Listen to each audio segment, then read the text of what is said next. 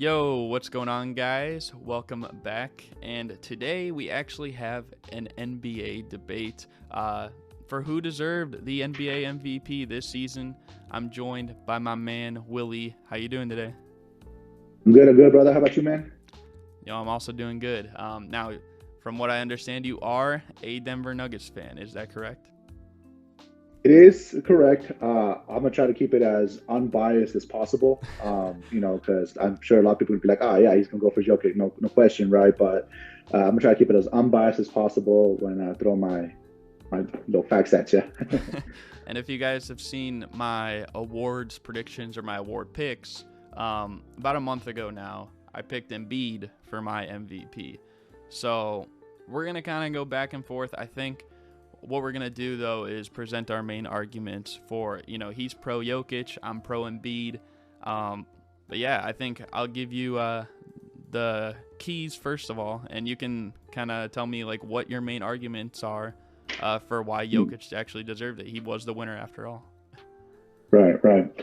Yeah. So I mean, my biggest thing as to why I think Jokic is the MVP, and like I said, I'm gonna try to keep this unbiased as possible. And I'm also gonna say, if Embiid won, if Giannis won, if Jokic won, I would have been happy with all three, right? But I do think that Jokic is the most deserving, given the team that was around him. This is no disrespect to guys like Monty Morris, AG, Will Barton. Obviously, these are all NBA caliber players, but they're not even the same caliber that Joel had. Guys like Tobias Harris. I would take Tobias Harris over Will Barton. Yeah, they had the Ben Simmons drama, but they had still, Curry until they traded him. Maxey, they had a whole much better roster than what Jokic had to play with. To me, when I define MVP, yeah, you can define it as valuable, but then what do you define as valuable, right? Let me, I guess, pause right here real quick. What is your definition as valuable before we go into the actual conversation?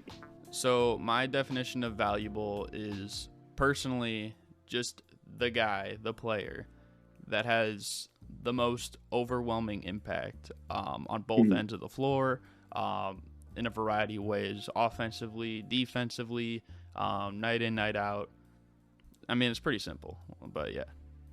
Okay. I would say I agree with that because a lot of people also like to bring up stats, right, when it comes to MVP. And although Jokic did lead his team in stats, literally in every category that that is tracked, not just advanced stats, but just your standard stats. I think we had to look past the stats, right? And so, like I was saying about the team that the Nuggets had around Jokic, when Vegas put out their annual win predictions, they were put at 47.5 as far as the wins, right? That the Nuggets needed to beat to hit the over. That was with the assumption that they would have a healthy MPJ for all season, a guy who I believe was top two, or even the guy that was voted by the GMs at the start of the season for the candidate for the most improved player. So you had MPJ with that expectation that he was going to play all season and contribute 20 plus points per game, right? And then of course he only plays 9 games, and then he gets hurt again with his back. Prayers up for MPJ. Hopefully it's nothing, that derails him long term, not even as a Nugget fan, but just as a guy who loves watching him play. Best shot I've ever seen, probably. Just such a pure shooter. But you start out with that idea at the start of the season that you're going to have MPJ as your second leading player, and with the hope that Jamal Murray is going to come back in April, March, right, which of course never happened. Then you take away MPJ from that team and still be able to hit 48 wins. Sure, you only hit it by half a win, that overage that Vegas gave them, but Jokic was still able to take the team to 48 wins in my opinion, the tougher conference. Yeah, the East was a lot more better this season than years past. I think it was more balanced, the league as a whole, right? But would I rather play the Pacers 4 times a year, or would I rather face the Thunder 4 times a year, right? And I got respect for the Thunder. I love what they're doing out there, right? But the East, to me, is the weaker conference still. Again, more balanced, but still the weaker conference. So that's my main big point, I would say, is the fact that Jokic still took them to that success. And then a lot of people say, well, the Sixers were the higher seed. They were the higher seed by, I think, 2 games or 3 games, right, that they won, which goes back to me saying they're facing an Eastern Conference division or a conference, sorry, that's weaker as far as the teams that are in there. And then we talked about his help. You got AG. I believe he was the second leading scorer for the Nuggets at 15, not even 15 points a game. I think he was like at 13.7 or something like that. I'm not going to check the stats just yet, but he was around there. He had no perimeter help as far as on the defensive end, which is why people say, oh, yeah, Jokic get cooked on the D. I mean, his defensive players were Austin Rivers, Facundo Campazzo here and there, a rookie in Bones Highland, and Monte Morris. Those were the guys that were, tasked to guard the perimeter, and obviously they're not defenders. Not that Jamal Murray is a defender either, not that Michael Porter Jr. is a defender either, but if we look at, like, let's just say Clay and Steph, right? Sorry, they would not have to. They were so good in against Nuggets in the playoffs, and Jokic getting cooked in the playoffs because Steph and Clay weren't guarding high offensive capable players such as MPJ or Jamal Murray. Thus, they weren't spending the same amount of energy on the defensive end like the Nugget players were against Clay and Steph. And that's just a pattern that you saw all season, and that's why Jokic might have not had the same defensive stats or on paper that defensive impact that Embiid did, or another high tier level defensive player. But if you actually watch the game, he knows when to help on D, and just those little things that won't show up always on the stats. Yeah, I mean, is that so that's the argument, and you're gonna roll with it as your main collective reason? I'm not gonna roll with it just yet because that's where I'm starting now. I want to see what you have to say, and then we'll just kind of go from there. Okay. So, all right. I'll roll through my biggest reasons. I think the first reason that we can look at this for why Joel Embiid might have deserved the MVP is the Ben Simmons situation. Okay, I know that, yes, there are tons of people that are going to say Jamal Murray, he missed the whole year. Michael Porter Jr. missed all but like a dozen games, maybe 10 games. 9 games, yeah. Yeah, so basically like a week or 2 weeks or something in the season. But at the same time, it's like you look at Ben Simmons. I mean, this is a team who was the first seed last year, had high expectations going into the next year, and then ultimately their second star, who was seen for the future, is just holding out, not playing. And I think, honestly, that's a bigger distraction than someone like Jamal Murray. You could even look at the Clippers, like with Kawhi Leonard. Anything like that that's based off an injury. Dario Saric missed like the whole season as well for the Suns. He got injured at the end of last year. He was a starter. So it's like there's instances like this where maybe there is an injury and you think, oh, there's hope that they could come back. But at the same time, it's like players are going to have that mental preparation. I don't think anyone could have prepared for Ben Simmons to do this to anyone, where it's like he's simply just holding out. And I think at the same time, it's like, yes, we know Jamal Murray in the playoffs. Of course, this isn't a playoff award, but in the playoffs, he always elevates his game. In terms of the regular season, maybe not so much. He's not bad or anything. He's still all-star caliber, but I think that Ben Simmons, in terms of the regular season, has accomplished a lot more than I would say Jamal Murray and Michael Porter Jr. combined, right? I mean, he's been all defensive. He's been all NBA. He's been an all-star for several years in the NBA. Was last year. So I think that's probably the biggest thing that maybe not enough people are giving too much attention to. And then I will also say, too, for Joel Embiid, I know everyone likes to talk about how Jokic has all the stats to defend his argument. He's done the best stuff this year in terms of, I think his PER is the highest ever. He's leading almost everyone in advanced stats. But then again, there's other seasons where other people have led in advanced stats like this, and they weren't rewarded with the MVP, even if the discrepancy in wins was just a few games. Okay, I'll go back to when Derrick Rose, my favorite player, won MVP, which I think he did deserve. I think that was Derrick Rose's MVP. I think that was rightfully given to him. Even though if you check the advanced stats, yes, he was near the top in a lot of them, but LeBron was above him in many of them. And a lot of people think, LeBron deserved an MVP. Now I get that's a different situation because it's like LeBron had a super team and Jokic had Aaron Gordon and Will Barton. But at the same time, too, it's like you could also look at maybe Joel Embiid's teammates. Okay, his second best player for most of the year was Tyrese Maxey. This guy last year was the 8th or 9th man on the team. There was probably nobody that expected he'd break out like this unless you were maybe very hard Philadelphia fans and you watched them like every single night. So in a way, I would compare it kind of like to CJ McCollum, like when he broke out in his third year.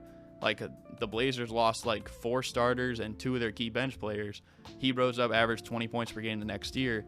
And I think part of the reason why is because, he was playing with Joel Embiid. I think Embiid draws so much attention, and then it helps out a guy like Tyrese Maxey, to get better looks. I mean, you saw it like in the Miami Heat series. I know that, again, this isn't the regular season, but you saw it in the Miami Heat series, and when Embiid came back, it made life easier for guys like Maxey and Harden. At the same time, though, I'll bring up Harden because it's so funny to me how literally around January, there were a ton of people, and I mean a ton of people, that were saying Kevin Durant is the MVP frontrunner, right? There was a lot of people that thought he was at that point, and he had James Harden around him at that point. But with Philadelphia, James Harden in the regular season obviously played less games, still doesn't look like the James Harden that we know of the past, like Houston Harden, averaged less points, averaged less rebounds, less steals, less blocks, shot worse from the field, shot worse from 3. His BPM was lower, his VORP was lower. Almost everything was lower when he was in Philadelphia as opposed to Brooklyn.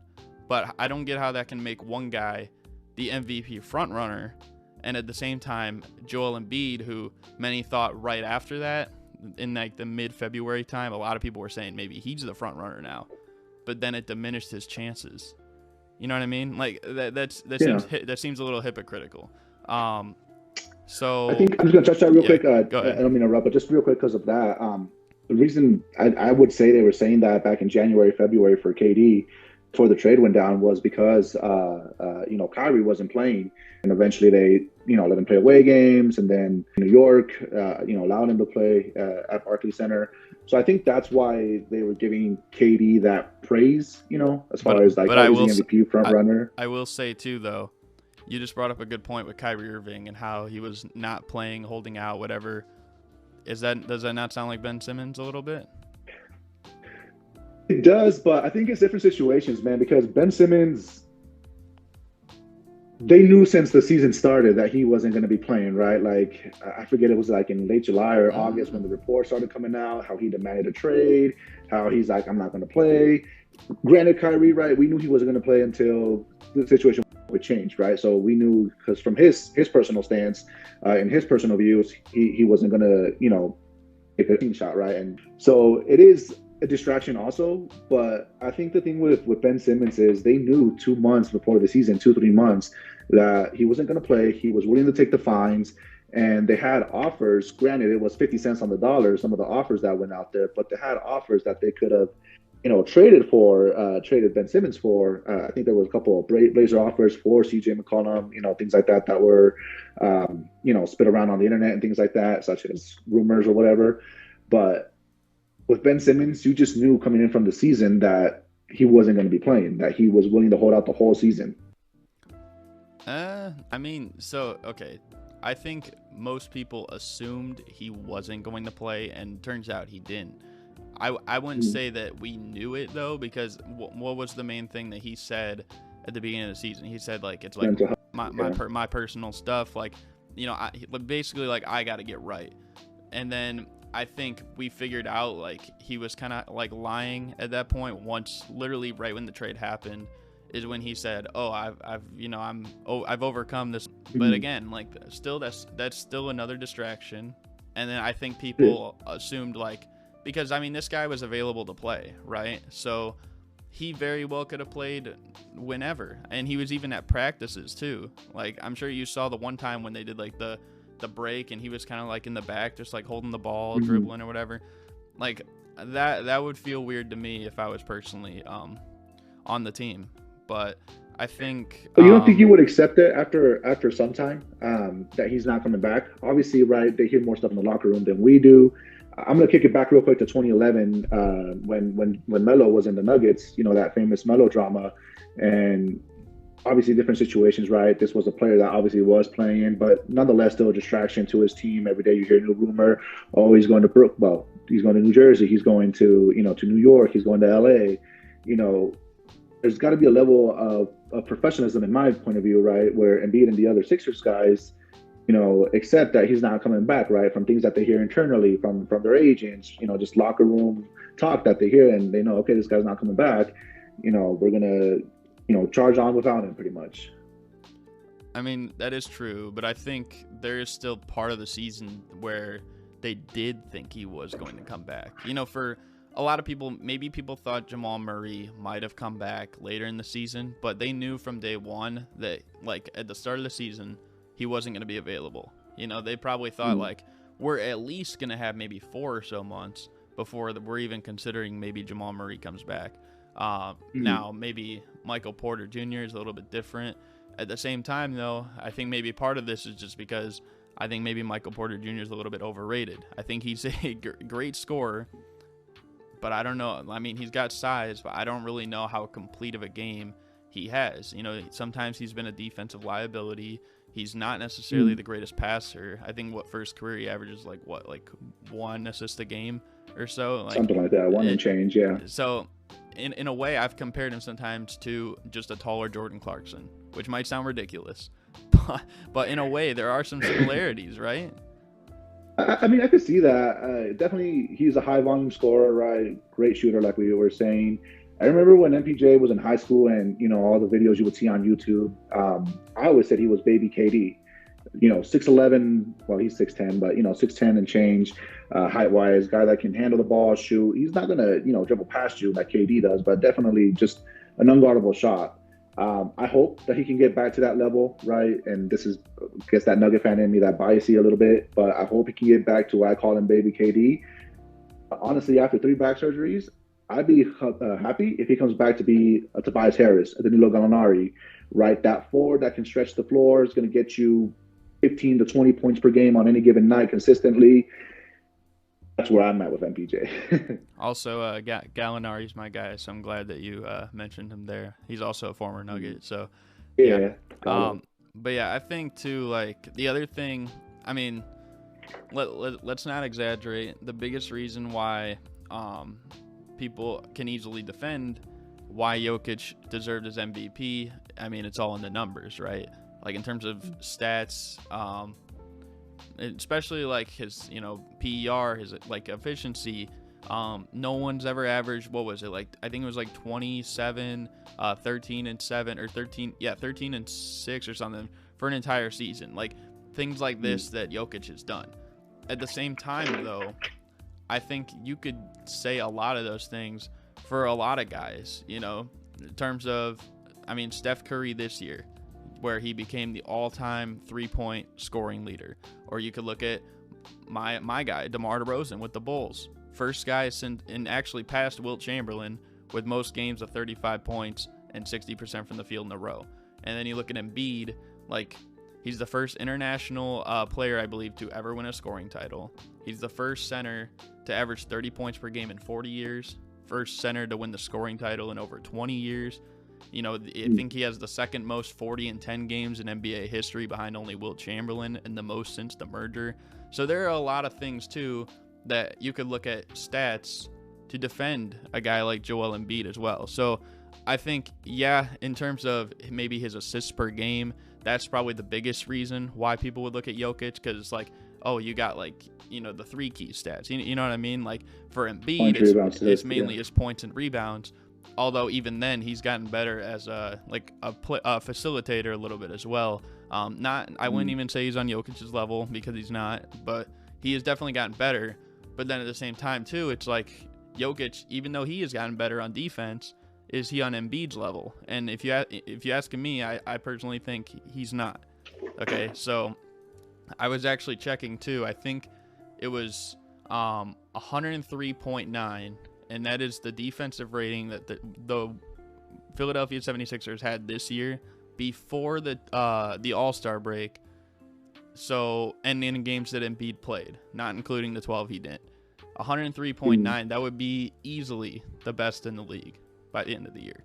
So I think like stuff like that, and I mean, again, we've seen it here in the playoffs on a big stage, like how easily the Heat were able to basically destroy them the first 2 games without him. Then he comes back, and it's a series at least. So I don't know. I think there's a lot of factors that maybe, in terms of the stats at least, like not enough people are giving credit to the other people, and maybe they're going more so in Jokic's favor, like for that exact argument.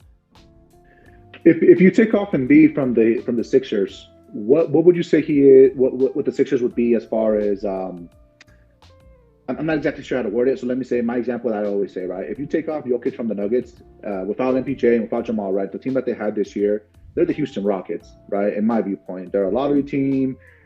So what would you say the Sixers would be in your viewpoint if you take off Embiid from the Sixers? So, like the team from the start of the year or the team at the end of the year?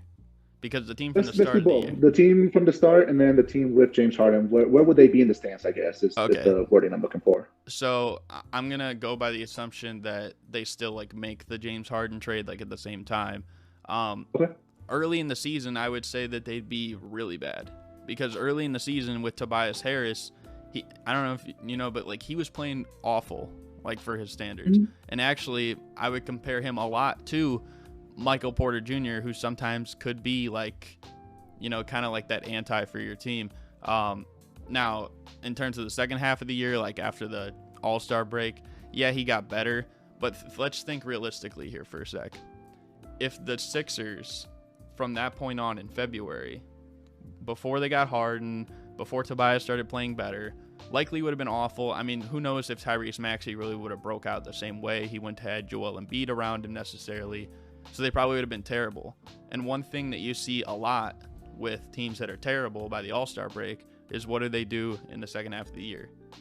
They shut down. They tank. Yeah, they tank it. So they shut down their guys. So basically, if you remove Joel Embiid from the team, I really don't know. They'd probably be in a similar situation too. Now, you could probably get over like, you could go analytical on it and be like, oh, the Nuggets would be like the 14 seed and the Sixers would be the 12 seed. But at the end of the day, it's like, it just sounds ridiculous that we're arguing like a 14 and a 12 seed, anything like within the MVP argument. I think the consensus is that you take both their guys off from game 1 until game 82, and they wouldn't make the playoffs. They wouldn't make the play-in, right? Like with the situations they've been presented.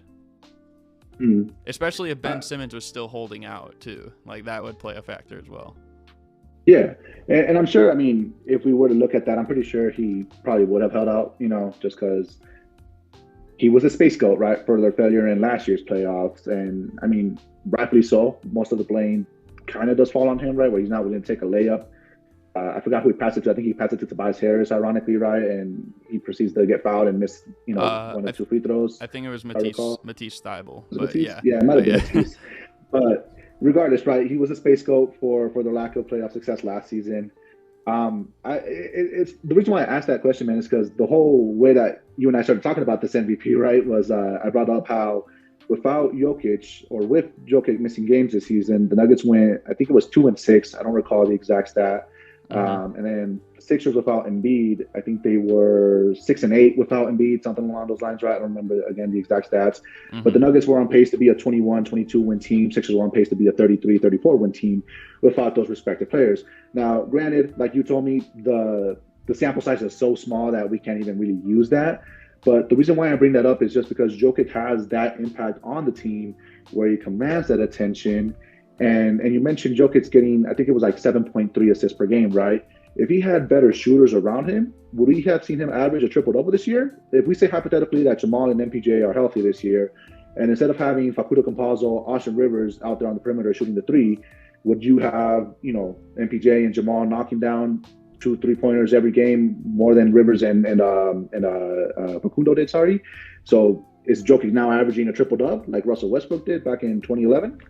Or whatever the year that was when he averaged a triple-double? 2017.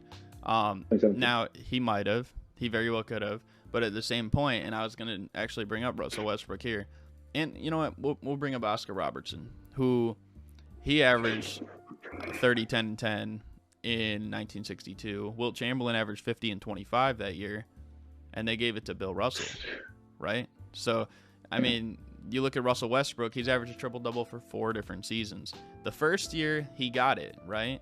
And I think a lot of people were using stats in Jokic's case last year. Now, granted, they were the 3rd seed, so there was a little bit more like winning argument in his favor.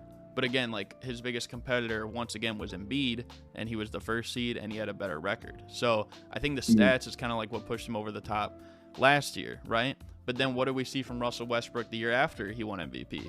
He was, I think, like 5th in voting.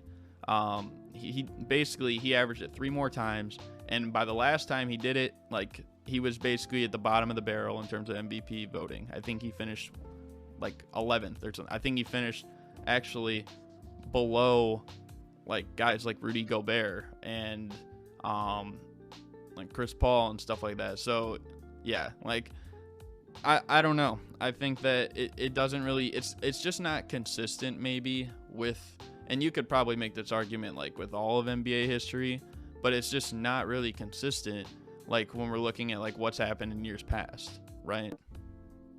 Mm-hmm.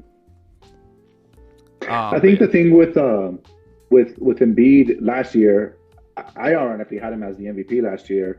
You know, I had him no question as the MVP when Jokic won the MVP. That was a nice surprise for me, obviously.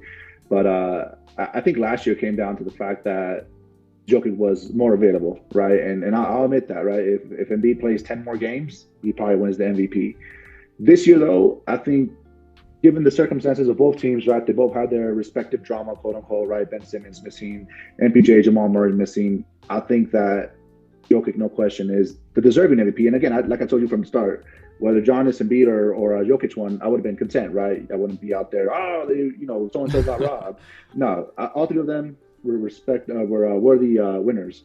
I just think though that given the team that Jokic had, beating his team in every stat, still having them, be, I wouldn't call them contenders, but at least contending enough where I never had any doubt of them falling into the play-in, scenario. Because we saw the Lakers, right, when AD went down, when LeBron started going down, how they just, tanked. And that team from the get-go was a mess. I don't know what they were thinking trading for Westbrook, but that's a whole other conversation there.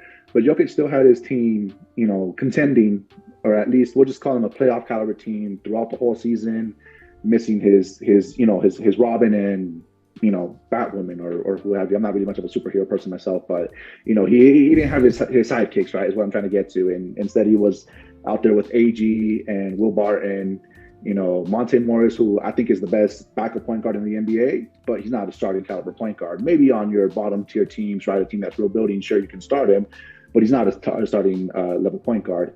And then you got Uncle Jeff, right? I'm happy he's still in the league, but is it maybe time for him to take that, limited role approach, such as Paul Millsap that's with the Sixers now, where he just plays here and there, spot minutes. But, it's again, they were all worthy candidates, but Jokic having his team in playoff contention, from the first game of the season all the way through the end of the season, and the team that he was with, I just think that gives him that higher up. I think also, and you brought up a good point actually with Paul Millsap that I probably would have glossed over. And you said like how he's playing limited minutes with the Sixers. Essentially, it's like, oh, this is a guy that was playing big minutes like with the Nuggets, right? I'm sure that, but at the same time, it's like you gotta look at the coaching too. Like like Mike Malone, I would say it blows Doc Rivers out of the water in terms of coaching game plan. No question. So I mean that's just another factor of it that maybe gets a little bit swept under the radar a little bit. But I think personally, like for Embiid, like I think also like people probably look at the fact that near the end of the season, like that probably had too much influence, I think, on the totality of the season, because I think from December, January, and February, I mean Embiid was the most dominant player in the league, right? So like he was playing insane statistically, comparing to basically only guys like Wilt Chamberlain or Shaquille O'Neal up to that point. And then it seems like in March, obviously he got Harden, but at the same time, like he made comments about like, oh, the media hates me, they're against me, or something like that. Which I agree that wasn't smart to do, because like these are the guys voting for you. I don't know why you'd call them out like before then, right? Right. But at the same time, it's like you could also look at some of the people who did end up getting votes. I mean, like Devin Booker really wasn't anywhere near the MVP discussion most of the season. I think once Chris Paul went down in like, I think it was late February or whatever, missed about a month or so. Actually, I think it was early March, because I think he was pretty. Yeah, when he missed 16 games. Yeah. So, and I mean, 16 games, like that's not like anything little or anything like that. But at the same time, like nobody was discussing Devin Booker at all. I think honestly, one tweet by Isaiah Thomas jump-started his MVP case, right? And then you look at like Luka Doncic, who most of the season wasn't really playing that great. Jason Tatum, his Celtics most of the season weren't playing that great. And I give them credit because they turned it around midway through the season. But I think people were giving, that last push, that last month, it almost became like the month or the March Valuable Player Award, not the most valuable player. You know what I mean?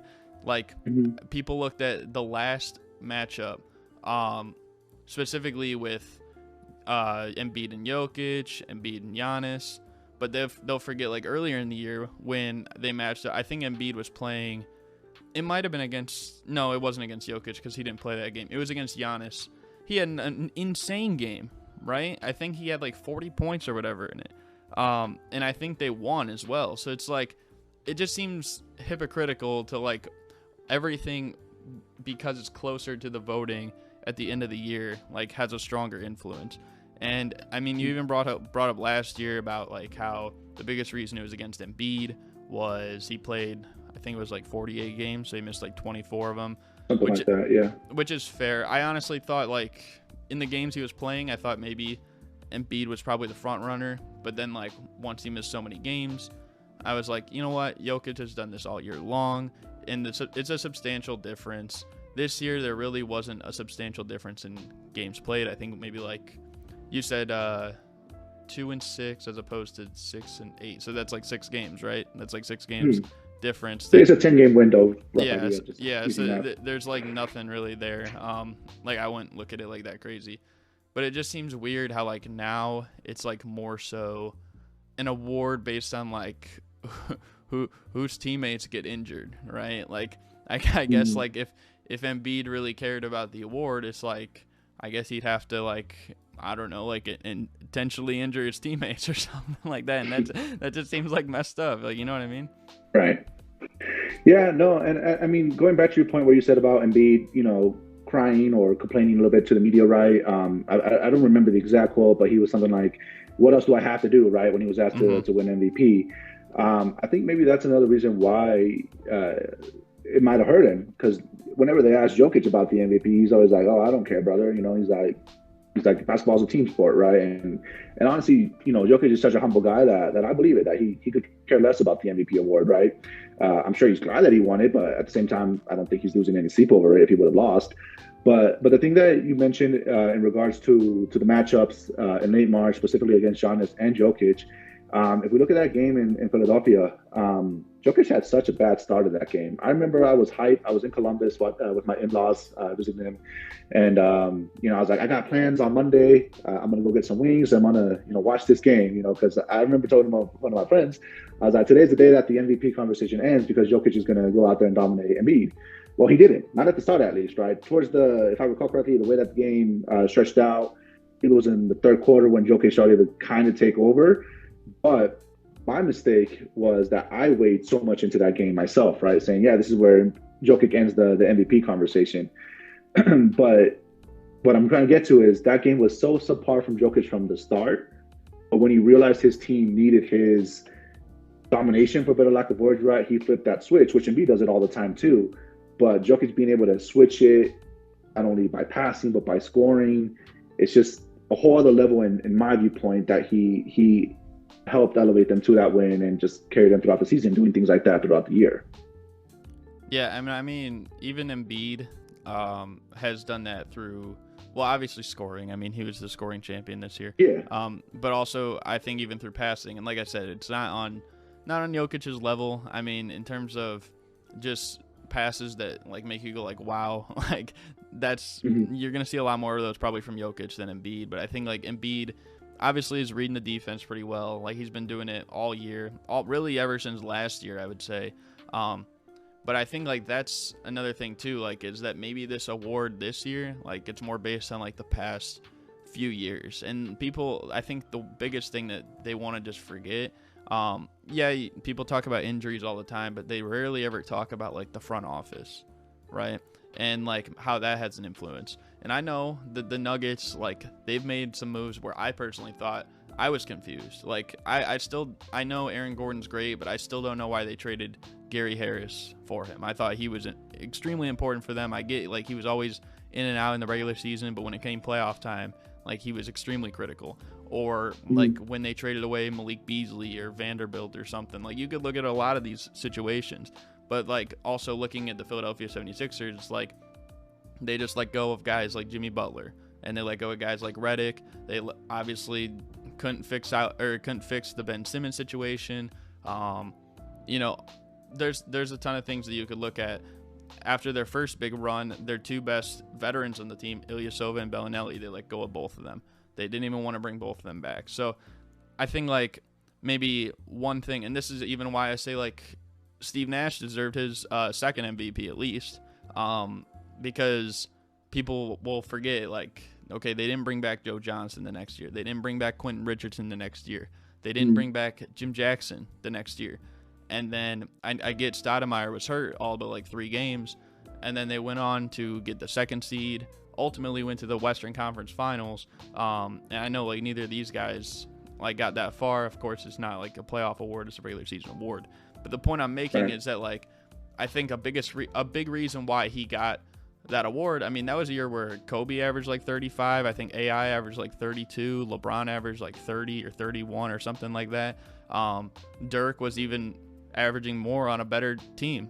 But I think like you look at what has the front office done, and I'm looking at too just the comparison of Denver's front office compared to what Philadelphia's has done, and it seems like Philadelphia's has been lacking over the past few years, right? Like people are saying the process is over, right? They're saying the process is Joel Embiid. They literally gave Embiid the nickname of the process now because why? They don't have Markelle Fultz anymore. They don't have Michael Carter-Williams anymore, or Nerlens Noel, or Jahlil Okafor, or any of these guys that they got over this journey. It's basically just Embiid. He's like the last saving grace. Meanwhile, for Denver Nuggets, people are like, well, when they get these guys back, like Jamal Murray, Michael Porter Jr., like they're still going to be elite. Like, I don't know. That's just another aspect of it that maybe not enough people are talking about for me. But yeah, I mean, if you talk about the questionable decisions making that the front office has done on both ends, last year when the trade deadline happened and the Nuggets traded Gary Harris and I forgot the kid name from Dallas. What's his name? RJ Hampton. Sorry, his name went from my mind for a second. I remember I was so upset because the thing that Denver lacked so much this year is just that perimeter defensive, right? And that's why, like I was saying earlier, that's why Jokic seems to get cooked so much on defense because he's got no perimeter help, and these guys get beat without a doubt. And Gary Harris, like you mentioned, probably their best defender before the trade. RJ Hampton's got the at least physical attributes to be a great defender in the league, right? We'll see if he gets there or not. But the team is not the team that went to the bubble anymore. That team that went to the bubble and came back 3-1, which, like I told you a little earlier when we were talking, I give it an asterisk because no travel, no fans. So yes, you're the first team to come back down 3-1 twice, but again, there's a lot of moving factors involved as to why that might have played in your favor. But still, mad props, right? Great team. But that was a team with Jeremy Grant, who initially has that same role as AG has today, right? That fourth, maybe fifth scoring option. Will Barton was obviously part of that team, so you have Will Barton there also. But then you take away Gary Harris, you take away Malik Beasley, like you mentioned, Juancho Hernan-Gomez could stretch the floor, and then you got Jay Vondo out there who's killing it in Minnesota right now, right? He's putting up not insane stats, but insane production is what he's doing, right? Little things that you don't see on the stat sheet. But that brings me to this point that the Nuggets have made their share of bad roster decision, right? The team that Jokic has around him now is not the team that went to the bubble and made it to the Western Conference Finals. And that's why I think Tim Connelly and Michael Malone and even the owner Josh Kroenke need to sit down and find a way to get those type of players back on the roster. I would love if they sign and trade for Gary Harris, right? They should have last year when they made the AG trade, they should have packaged. I remember saying this: Will Barton, Zeke Nnaji, and 2 firsts for AG to have two elite defenders in AG and Gary Harris on the team. But maybe the Magic didn't want Will Barton, whatever, right? That's the Magic's reasoning, what have you. But the Nuggets need to make those trades to go back to that type of team that they had in the bubble and in the years leading up to it. Because honestly, this roster that Jokic has right now, apart from Jamal Murray and MPJ, AG kind of, but MPJ, Jamal Murray, and Jokic, they're the only untouchables. Everybody else is expandable. They got to find their upgrades, to get back to that type of roster. Because right now the roster is very, very underwhelming, and that's why I go back to Jokic, being up there as to the reason why he deserves it, right? Because that roster, it's a terrible roster. Like I said, without Jokic, it's the Houston Rockets. I think it's like a little bit more like situational, maybe not as timeline driven as it should be of an argument. Like you look at both these teams in 2018, right? This is when the process really was starting to come into fruition. They were the third seed, got to the second round. Meanwhile, the Nuggets, they were getting closer, but they weren't quite there. I'm sure you remember that game where they lost, basically it felt like a play-in game to Minnesota, right? At the end of the season. And then obviously the next year is when Denver broke out, but it's like Philly almost had a 1-year jump start. But now it's like, yeah, I agree with you. I've said that, Gary Harris, still don't understand that. I still don't understand Malik Beasley move. I still don't understand the Vanderbilt move. So there's a ton of guys that this team had that they kind of just let go of, or something that probably didn't make sense to me because it kind of changed the culture of the trade or something like that, and then of the team or something like that. And then but you look at Philadelphia, and it's like, even though Denver could have done this or that better with their management, it's like, does it really compare to Philadelphia, who lost Jimmy Butler, who lost JJ Redick, who couldn't work it out with another all-league, all-defensive player in Ben Simmons? And from that perspective, I would say no, that it hasn't. I think that Denver, they're trying to find something. Maybe if we revisit this in 2 years from now, it will only elevate what's to come, for Jokic. And I'm sure, from this point on, people are already slandering Jokic so much that he'll probably get snubbed out of realistic MVP consideration in the future now, right? I'm sure next year they'll probably be like, oh, he can't win it because he already won it, which is kind of stupid if you ask me. But look, I'm sure this is what they're going to do. They're going to do this for almost the rest of Jokic's career, or something like that. They've done it with LeBron, even though I think probably they got it right with the MVPs LeBron deserved, but he's ever since 2013, I think over half that time after that, you could argue he was still the best player in the world, but he doesn't even have a single MVP in the last 9 years. Something like that you'll probably see with Jokic, but I think, again, the front office probably isn't acknowledged enough. And I'm looking at Philadelphia, and I'm looking at the toxicity that arose from the whole Ben Simmons situation, sometimes with their own fan base. And it's just, I don't know, that part of it just doesn't really compare. And I'm not going to say it's not present for Denver, with the front office situations, but I'm saying it's just not on that level of, I guess, boneheaded moves or basically trying to ruin a contender the way that Philadelphia has, if that makes sense. No, it definitely makes sense. Let me ask you this then, since you brought up Jimmy Buckets. If Butler stays in a hypothetical world, right, we can say they still lost Redick, JJ, and then the problem with Ben Simmons here. But if Jimmy stays, do you think Embiid takes that step, because that big jump to be the dominating player that he is? Obviously, he was on track to do it. But do you think, because he got that increase in touches, if Jimmy would have stayed on the team, do you think he takes that MVP step as opposed to just being a preliminary all-star? So I think stat-wise, it wouldn't be quite the same. I don't know if he would have led the league in scoring necessarily, because it's you got to give some bucket opportunities for Jimmy Buckets, right? So, right. obviously, that would play a part in it. But at the same time, I think he would just become a better player, and I think that they'd just be more successful. From that point on, it seemed like that they were getting along pretty nicely. I'm sure you even saw, like, as they were talking with about each other, like, post game. So that probably would have been pretty good. Now, in terms of like the MVP discussion or consideration, you probably wouldn't have seen it on the same level, because nowadays everything is so nuanced that they'd say, you know, if Jimmy Butler was having a season like he did, like, let's say we replicated his 2020 season into the next season, that you know, like basically his first season in Miami into like a next year that he would have been in Philadelphia, then Embiid probably wouldn't have won MVP or even been considered for MVP if you had that Jimmy Butler in 2020, 2021, this year. Like, it would play a factor in it, just because everything, again, is so nuanced. Maybe back in the day, it wouldn't matter as much, because, of course, guys like Bill Russell, who played on 8, 9 Hall of Famer teams, are still able to win like 4 or 5 MVPs simply because of the like dominance of the team. And, you know, being like that MVP, it was almost like a season-long finals MVP award, right? Like back in the day, because like, okay, you got the best record, you had the best team, and you were maybe the most important reason why.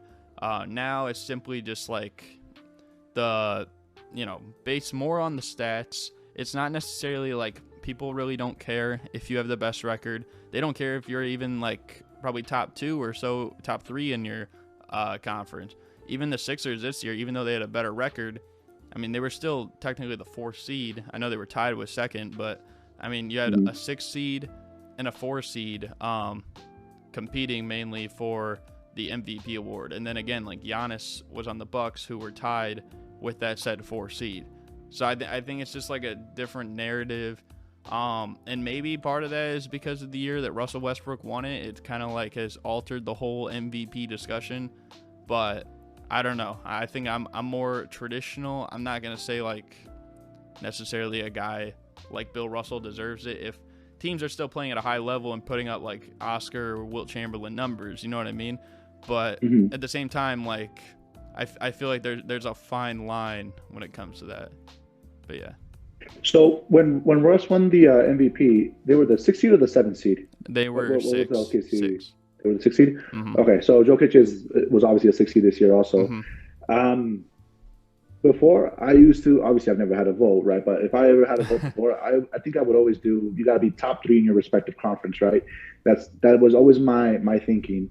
But when Russ won it, and again, we talked about it a bit earlier, how it was, you know, first time averaging a triple-double since, you know, big Oscar Robertson and, you know, who knows how many years. But now I think it just goes down to the impact that the player has on that team, right? I do think you got to be a playoff team to obviously be in the MVP discussion. Now with the play-in, okay, you got to be a top 60 team, right? We can't have you be in the play-in. Like I think it was Jalen Rose who said that also, that if Jokic fell to the MVP, he would lose his vote, or to the play-in, sorry, he would lose his MVP vote. But I think we got to stop looking at what seed am I? Am I the 1st seed? Am I the 3rd seed? Am I the 5th seed? Whatever, right? Just what impact am I having on my team to keep them in that playoff position? As long as I'm in the top 6 in my respective conference, I think any player obviously having that impact, right, it's fair game to have them in that conversation. I don't think we should be giving that narrative to, and they didn't, obviously, because he won the MVP, but we shouldn't be giving that narrative of you got to be a top 4 seed to be an MVP candidate, right, or a top 3 seed, what have you.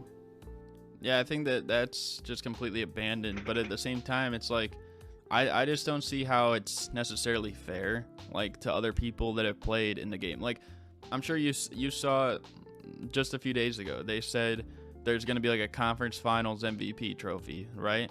Like the Magic and Bird Award. Well, how is that fair to say maybe like LeBron, who made the finals for 10 years and would have been like the 10-time Larry Bird Award winner, right? It's like now he's got none on his resume. Meanwhile, someone like Jason Tatum or Jimmy Butler this year might have one of them on him or something like that. So I think it's kind of like dumb, where it's like, okay, in 1962, we're looking at simply, you know, the best team, where you got to be a top tier team and you got to have top tier impact. And it's like, so we're going to go with Bill Russell, and we're going to say we don't care about Wilt Chamberlain's 50 and 25. We don't care about Oscar Robertson's 30-point triple-double. We don't care that Elgin Baylor, I think, averaged like almost 40 and 20 that year. Like, and was basically serving the country at the same time.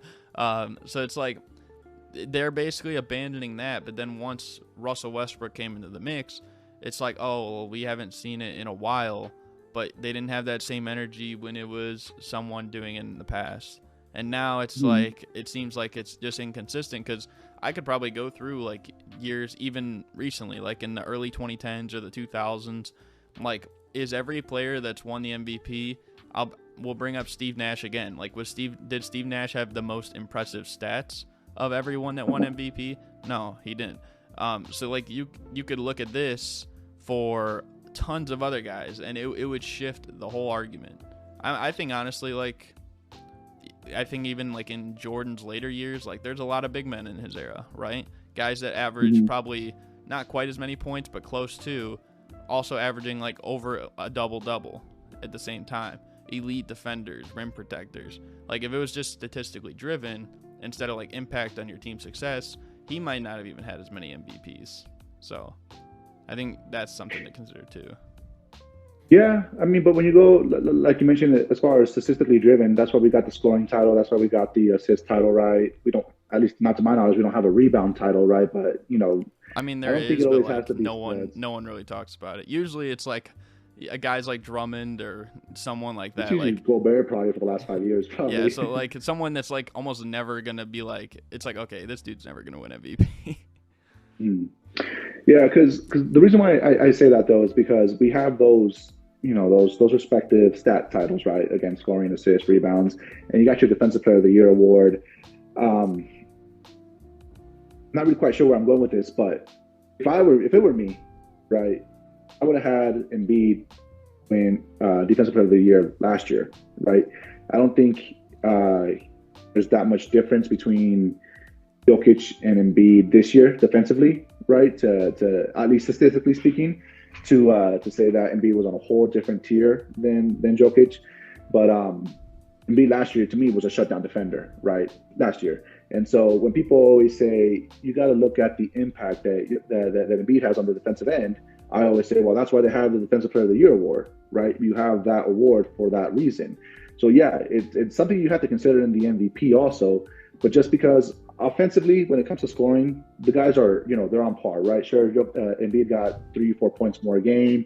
You can say, well, Jokic makes that up because he gets, you know, 2, 3, 4 assists more per game, whatever the case is. But because Embiid has that higher impact defensively, that's why I think he's more of a Defensive Player of the Year candidate when you make that argument that defensively takes them that whole other notch. But again, this year, statistically speaking, there's not that much difference between their impacts on the defensive end. Yeah, well, I mean, I will say too, I think part of it is, and I'll bring up an instance where someone won unanimous MVP. I'm sure you know who I'm talking about, right? I wonder who. Yeah. Yeah. So when Steph Curry won unanimous MVP, obviously their team went 73-9 and got every first place vote. I think the most slept on player from that entire year would probably be Kawhi Leonard, because not only was he Defensive Player of the Year, but he was an elite offensive player, and the team went 67-15, and they only lost. They won 40 games at home. It was like record setting, right? So at the same time, I'm not saying that Kawhi deserved MVP over Steph Curry, because I think that, you know, 73 wins, we've never seen it before, right? So completely fair that he won it.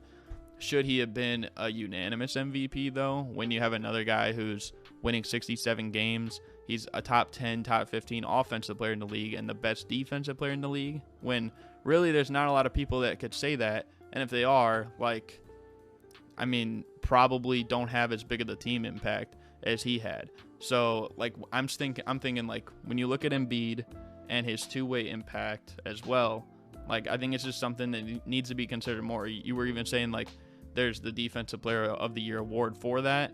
But I think, honestly, like, what people should probably consider maybe a little bit more is how many shares people are getting for maybe all defensive teams if they don't make it, right? Because there's a lot of people that have probably been snubbed of making all defensive teams. I think for a while, like Klay Thompson, I think he's only made one in his career. But this is a guy we always see as like, oh, he's taking the Steph Curry's responsibility, like the elite point guard on the defensive end. At least pre-injury he was. He's still working back from that. But like pre-injury, it's like, okay, he's taking that responsibility all the time. Yeah, he's not getting that consideration. But it's like, how close was he to doing this? Because they only picked 10 guys. I know it's kind of dumb at this point where it's positionless basketball, but it's basically all position driven.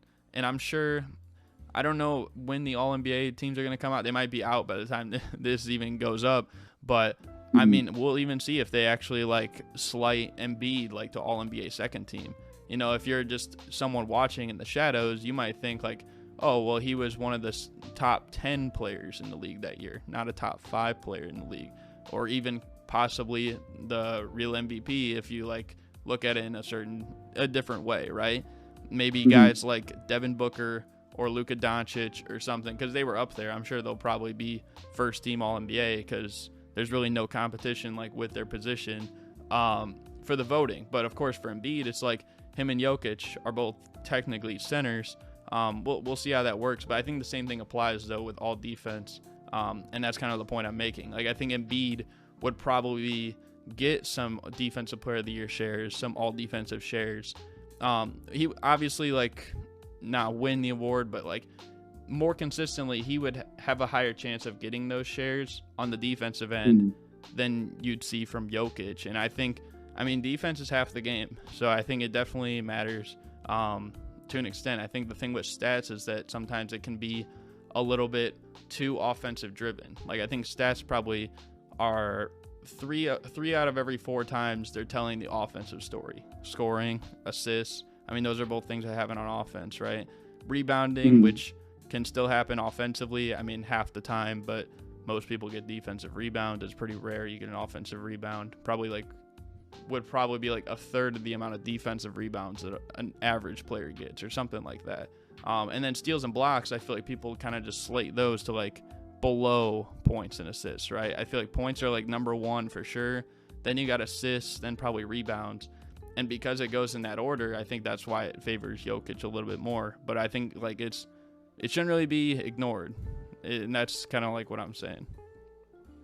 No, and I definitely do agree that we tend to look at offensive stats a lot more, right? I always say that the point of the game is always to outscore your opponent, right? And that scores the most wins. But to your point, you bring up a good point, how defense is always going to stop you from scoring those points, right? If I can shut you down 2-3 extra buckets or what have you, that's going to obviously affect your total points. Let me ask you this, since you brought up the All-NBA teams. I think it's stupid, but I think that they're both going to make first team. They're going to put Jokic as a 4 and Embiid at the 5. You get that same notion. That's probably what they're going to do, even though they're both, centers. Again, positionless basketball, you can make that argument, but traditionally they play the big 5 role. Yeah, I saw that. That I saw someone say that like they technically could qualify for that this year, even though like they're really not like really both of them are just considered centers, right? So it just but it's like so they can both qualify as a forward and a center, but we still have the position rules. I think honestly they should just get rid of the position rules, right? Like just all NBA first team should be like the list of the 5 guys that make the most sense. Now I guess if it was like a lineup of like Earl Boykins and Muggsy Bogues and Nate Robinson and like Isaiah Thomas, like it's like okay, if we put like this whole lineup out there of like all midgets or something or all giants, like Yao Ming, Murasan, Sean Bradley, like then maybe like that's different, but I don't think you're gonna really get that every year in the MVP. I mean, look at the top 5 people for voting this year. Like you could slide Giannis to a 3, you could slide Embiid or Jokic to a 4, and then the other could play 5. Luka obviously can play the 1. He could also play the 2. Devin Booker could play both the 1 and the 2. I mean, he played the 1 the 1 year I think that Ricky Rubio got injured, and he was playing pretty well as a point guard that year too. So I don't know. I think like more times than not, like you can actually get around that. It'd be very rare that you can't, and especially like in now's era, it really doesn't make sense. Like, see, like they want to hold like some certain aspects of the MVP or All NBA, but at the same time, like they want to keep stuff traditional. Like if you're going to change it from in the past, it was, you know, whoever won the most games, whoever was the most impactful player on the most games, to now it's simply like maybe who has the most stats and is contributing to their team being successful maybe the most individually, even if they aren't the best record or second best record. Like, then why aren't you changing All-NBA to be like, it's simply the 5 best players in the league, and then All-NBA second teams as 10 best players in the league? Like, it's like we're still trying to kind of like abide by like rules of like the NBA's past and then sometimes the present. You know what I mean? Like, there's no like consistent transition, and that's probably why there's so much arguing going on, honestly. Mm-hmm. No, and I think that's a big point that you hit on, man. You know, in 70 years of the 75 years the NBA has been around, you've had your role defined as to, hey, you're a point guard, you're a two guard, you're a small forward, whatever, right? But in the last 5, even go up to the last 10 years, right, when the Warriors became the dynasty that they eventually became, we really started looking about positionless basketball.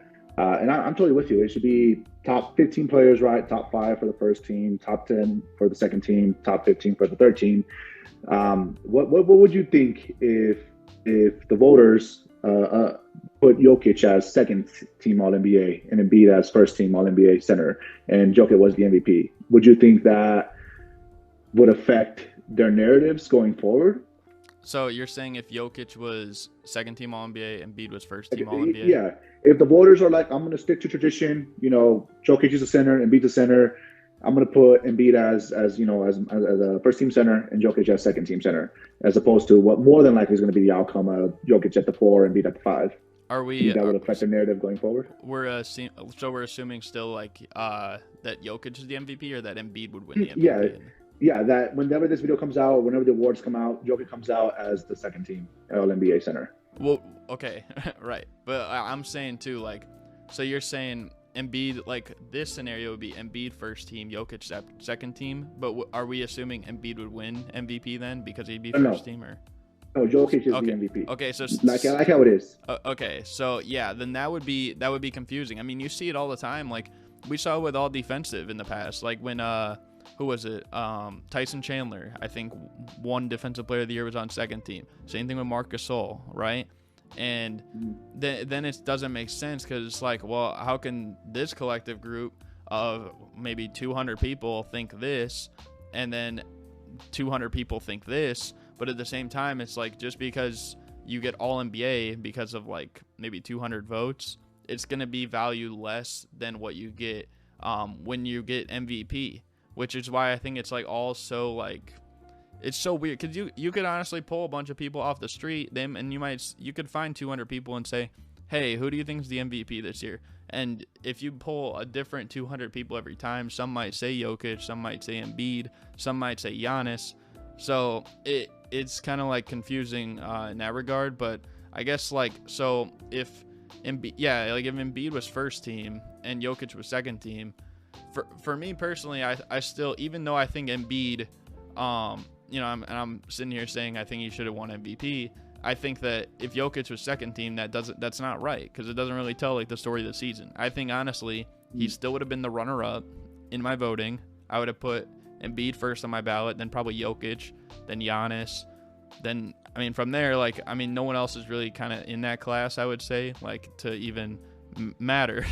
I don't want to say that, but like, it is what it is. Right. So like, to have Jokic on second team, then it's like, okay, you won MVP, you weren't all NBA. I think we've even actually seen this before with I think it might have been Bill Russell too. I think he did it like 3 times where he won MVP and then he was on second team for like Wilt Chamberlain or something like that.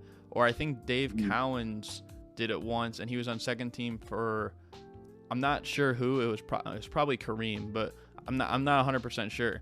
But it's like, how can you be the most valuable player and then not all NBA first team? And then it just sets everything up for different questions. So I think maybe, like, for me, like, even that's a problem, right? Like, it should just be like the same people voting, because then you're just gonna have like less problems with the whole thing. Like, I don't get why. Yeah, like I don't get why, like, this group of people can vote for the MVP, this group of people picks all NBA, this group of people picks all defensive. It's like, it should just be like the same people. Like if they want to live by that, honestly, like, and I know like players are biased and stuff too. In the past, the players I believe used to have like a vote for the MVP as well. I think until like 1979, something like that. And then they went away from that, and now it's just simply like the media, and not sure how many people it actually is. I think it might be like 130 or something like that now. But the point is, it wouldn't make sense if one of them was slated the second team and the other wasn't, and the other wasn't. Like, I think both of them are top 5 players in the league in this era when it's positionless basketball. They both gotta make it on first team. Do you believe in voter fatigue as far as MVP goes? I do believe in voter fatigue. I think we probably saw it. I think one good instance is probably Michael Jordan, right? Like, they went 72-10, best record ever at that point, and still is the best record to win a championship. Then the next year, they come back and win 69 games, which is tied for the second best record ever. You know, he was the leading scorer in the league. He was all defensive first team, and he didn't win it because people were more impressed that, like, the Utah Jazz and Karl Malone, like, kind of came into their own this season. So, I don't know. I think, like, it definitely happens. You could even argue that maybe for Steve Nash in 2007, because he had won 2 MVPs, maybe some people were like, I don't know why he won those or whatever. And then in 2007, it might have been his best season yet, and he lost. But now he was slated as a runner-up. But even then, like, that might have been like his really best season, either that or the one before. But he didn't win it. So I don't know. I think every year too, it's a different challenge as well. Like, you could look at maybe, I don't even know. Like, let's say, you could look at maybe like when Bill Walton won MVP or something, and like everyone around him, like guys like George Gervin or David Thompson, who statistically probably weren't putting up the numbers that you saw maybe 5 years ago when it's like it was triple-double central, and that's like when the whole breakout happened, like with Harden, with Westbrook and stuff.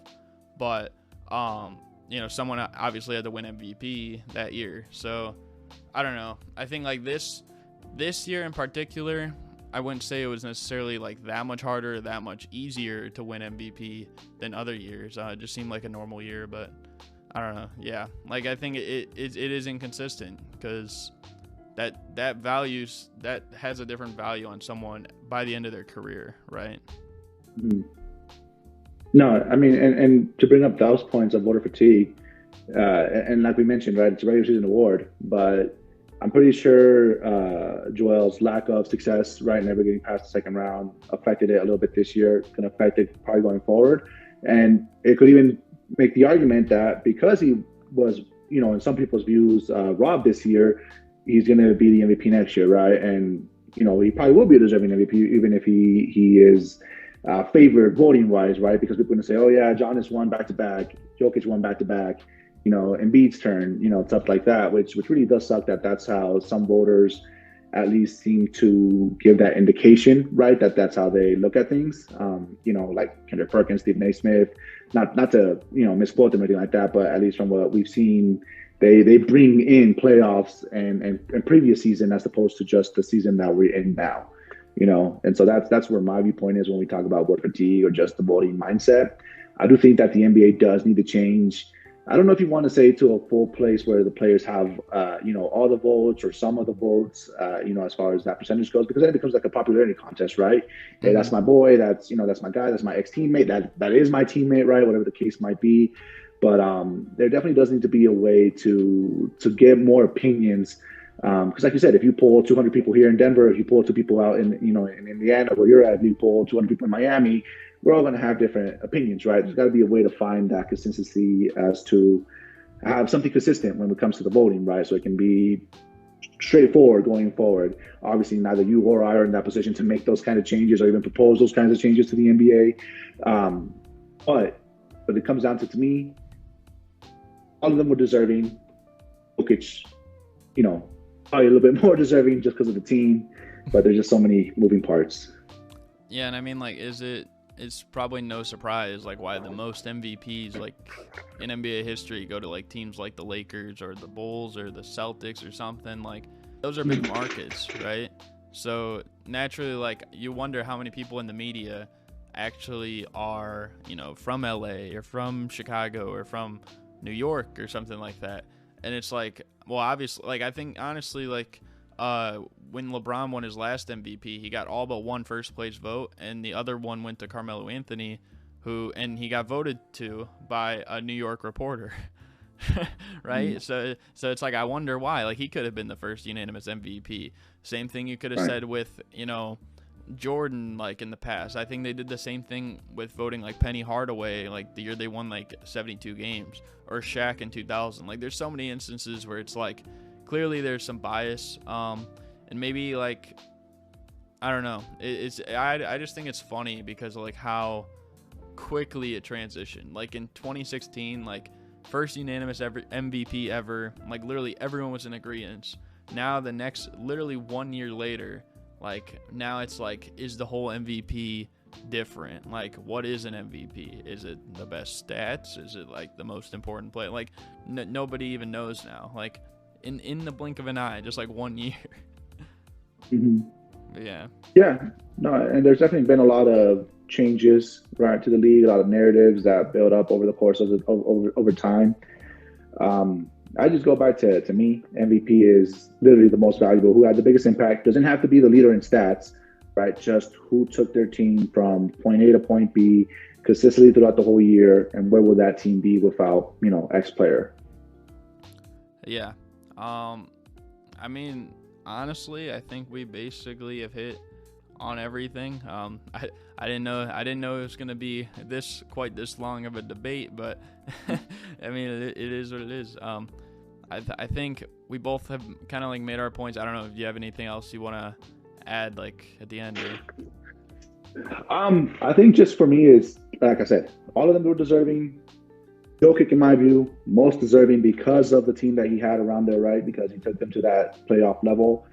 Again, he's not going to sleep over it if Embiid was the MVP. I ain't going to sleep over it if Embiid was the MVP. You know, these guys, all three of them are top 5 players in the NBA.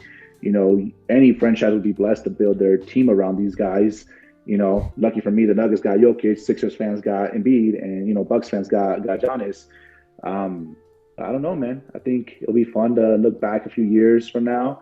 I definitely do want to say that Nick Wrong, you know, shout out to Nick Wright, but we call him Nick Wrong around here, saying that, you know, Jokic is the worst MVP since Steve Nash is disrespectful to all of them. So that's my only thing. If Nick Wrong ever watches this, you know, you got to cut that crap. But, you know, all of them are great players. Yeah, I think maybe one reason why you aren't losing sleep is because, well, I guess one, he did win it, but two, he also won last year. So maybe it's easier for that. Like, maybe Joel Embiid, I mean, probably feeling a little bit different right now, being the runner-up back to back years. But nah. Quick little story I'm gonna throw out there for you real quick. When I was in Columbus, right, I went out to see the Cavaliers and the Nuggets when the Nuggets were in town against Cleveland, because it's like an hour and a half away from Columbus. And it was my first away game in so long, right, since before COVID, because I've gone to a couple Nuggets games, but this is my first away game. And Cleveland, man, their fans are nuts. You know, it was a Friday night game, and the fans were going wild. But I just bring this up, though, real quick, because when Jokic got fouled on one shot, you know, there's me yelling MVP, right, like the crowd always does all loud. And the Sixer fan in front of me, you know, he just shouts, or not Sixer fan, sorry, Cavalier fan, he just shouts back to me. He's like, Embiid's the MVP.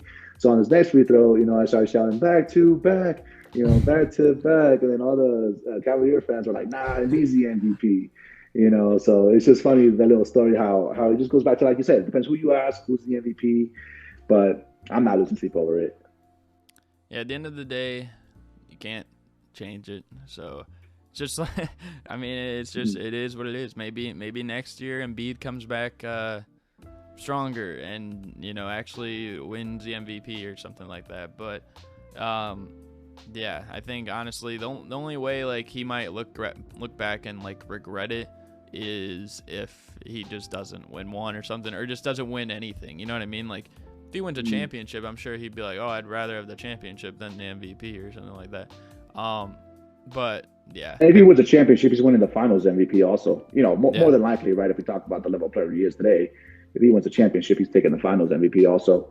And if he wanted bragging rights with Jokic, he could be like, I got one of these, and you don't. You know what I mean? But I mean, we'll see, because I think both Embiid and Jokic, they're gonna have some more chances left in their career. Giannis, obviously, too. And there's a lot of guys too that like haven't even, like, I mean, you're seeing Luka right now, like he's playing great. He could go get one. He could go get the Magic Johnson MVP too. Like, so I don't know. I think honestly though, I think I basically have said my main points. I think this is a good debate, but yeah, you got any final like thoughts or anything like that? Nah, man, just thanks for having me on here. Whenever you want to throw me on here, let me know, and I'm down to come on. Yeah, I'm glad we collabed. Again, longer than I thought longer than I thought it was gonna be. But it is what it is. I think this is like probably the most thorough debate on. It's gonna be the most thorough debate on the internet of these things. But yeah. Again, It sucks because networks like ESPN just touched a little bit for like a minute or two once Jokic was actually announced the MVP. Yeah. And probably did have a lot to do with the fact that the Nuggets were eliminated from the playoffs, right? And they didn't do an actual award ceremony per se. I don't know if you saw, but the Nuggets front office and the ownership group went out to Serbia to celebrate with him. But they kept it pretty low key. So it sucks that the national media kind of oversaw the award this year after it was announced. But just looking back in retrosphere, I'm sure opinions will be changed, right? As far as who won, who should have won, but it is what it is. I mean, honestly, like, yeah, that is one thing that I don't think Jokic has, is he doesn't have the award show, right? Because they just announced both of his MVPs, like in the playoffs or something. Last year he got a trophy before Game 4, I believe is what it was, or before Game 3 against the Suns. They gave him the trophy with the crowd there, but that's about it. Yeah, so I mean, maybe there's that, but personally for me, I don't like the awards show anyway. I think it's just a time waster. Like, by that time, like, the season's over, and it's like, why are we finding out everything now? You know what I mean? So I personally always like the way it is. I think, my guy D Rose, he won it when I would think it was like Game 2 against the Hawks or whatever. So yeah, I think personally, like, it's just dumb, like having an award show after the season ends. It's like, why do we care about, like, the regular season was like 4 months ago, you know what I mean? Yeah. So, and it's a sport league. It's not it's not like entertainment. Well, it is entertainment, but it's not like a movie award show or something like that, right? They tried to make it into that, but it's not the Oscars. I think I'm with you. Yeah, exactly. They should just have a press conference, after said game. Here's your trophy. Let's move on. Yeah. But yeah, honestly, I think that's basically going to do it. Again, thank you guys for watching. Hope you guys enjoyed. I'll have down here, like, check descriptions. You guys will know where to find my guy, Willy, at. But yeah, I think that's basically going to do it. Again, hope you guys enjoyed. Thank you guys for watching, and we're out. Peace.